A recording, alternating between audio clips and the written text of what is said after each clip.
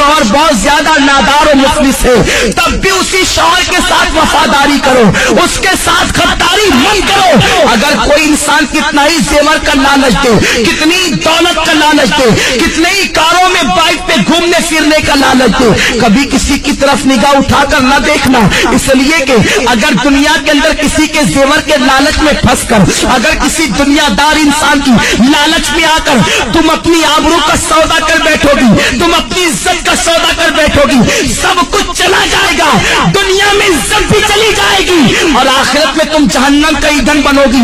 और अगर तुमने अपनी इज्जत को संभाल कर रखा, अपनी हया को संभाल कर रखा और गरीब शौहर के साथ तुमने वफादारी के साथ अपने शौहर के साथ वफादारी की, तो नबी का फरमान सुनो, मेरे आका फरमाते हैं जो औरत अपने गरीब शौहर के साथ वफादारी के साथ रहती है, अपनी आबरू का सौदा नहीं करती, ऐसी औरत को अल्लाह मेरी बेटी फातिमा के साथ बगैर हिसाब किताब जन्नत में दाखिल फरमाएगा। अब अगर तुम बगैर हिसाब किताब जन्नत में दाखिल होना चाहती हो सैयदा फातिमा के साथ, तो अपनी आबरू का सौदा न करना, किसी के लालच देने में न आना।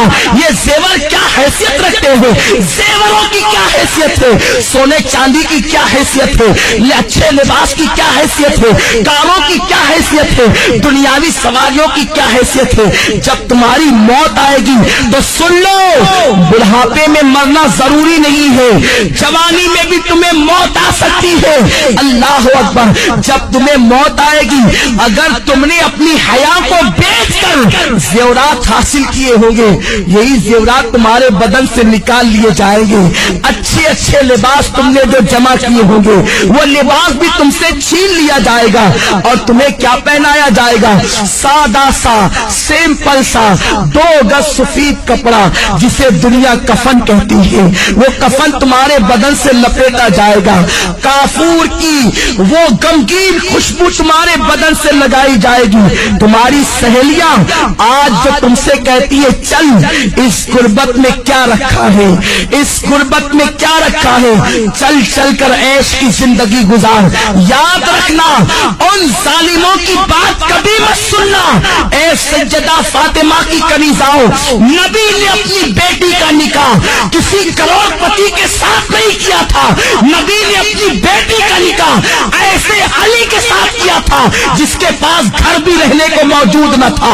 हजरत अली के में से मेरे आका कहते हैं, अली मैं फातिमा के साथ तुम्हारा निकाह करना चाहता हूँ। अली ऐसे थे, उस वक्त तो उनके पास महर देने के लिए पैसे भी न थे, कपड़े पहनाने के लिए पैसे भी न थे।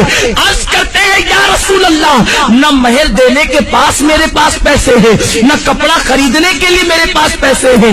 हुजूर फरमाते हैं मेरी जीरा लेकर के जाओ, उसे बाजार में बेच दो और कपड़े खरीद करके लाओ और फातिमा का महर अदा करो। मैं पूछना चाहता हूँ, नबी चाहते तो अपनी बेटी का निकाह किसी दौलतमंद के साथ कर देते।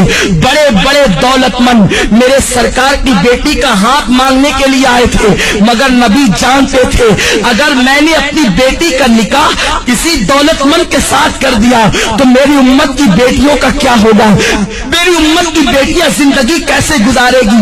नबी ने अपनी बेटी का निकाह एक गरीब अली के साथ करके दुनिया को बता दिया कि गरीब शौहर के साथ ईमानदारी और वफादारी के साथ अपनी जिंदगी को गुजार देना ये नबी की बेटी फातिमा की सुन्नत है, तमाम जन्नती औरतों की सरदार की सुन्नत है। मेरे आका अलैहिस्सलात व तस्लीम की कनीज़ाओं, सैयदा फातिमा इतने गरीब ही के आलम में अपनी जिंदगी को गुजारती थी कि अपने हाथों से चक्की खुद पीसती थी, चक्की पीसने से हाथों में छाले पड़ गए थे, मशकीज़ा बदन पर रख करके पीठ पर लाद कर मशकीज़े से पानी लाती। नबी की शहजादी के पीठ पर उस मशकीज़े के काले काले निशान पड़ गए थे। मेरी बहनों, तुम भी तो अच्छा लिबास पहनती हो, नबी की बेटी तो 72 पेवन लगी हुई एक चादर ओढ़ती थी और एक चादर के अलावा नबी की बेटी के पास दूसरी कोई चादर मौजूद न थी। तुम तो 3-3 मरतबा पेट भर करके खाना खाती हो, नबी की बेटी तो 3-3 दिन तक के फाके करती थी। क्या नबी की बेटी की जिंदगी तुम्हारे लिए नमूना नहीं है? क्या नबी की बेटी की जिंदगी तुम्हारे लिए उसमें हंसना नहीं है? जरा सोचो तो सही, पेट भर के खा के अल्लाह और रसूल से बेवफाई करती हो, और वो 3 दिन फाका करके इतनी नमाज की पाबंद थी कि 5 वक्त की नमाज भी पढ़ती, तहज्जुद भी पढ़ती, और जब नफल नमाज पढ़ती तो एक सजदे के अंदर पूरी पूरी रात गुजर जाती और सुभान रब्बियल आला का तराना गुनगुनाती। जब फज्र की अजान सुनती तो हसरत के साथ सर को सजदे से उठाती और कहती, ए अल्लाह, तूने रात इतनी छोटी बनाई कि तेरे महबूब की बेटी फातिमा दिल खोल के सजदा भी न कर सकी। ए खातून जन्नत की कनीजाओ, तुम मुसलमान हो, तुम्हारी तकदीर का सितारा बहुत ऊंच पर है, अल्लाह ने तुम्हें ईमान की दौलत दी है।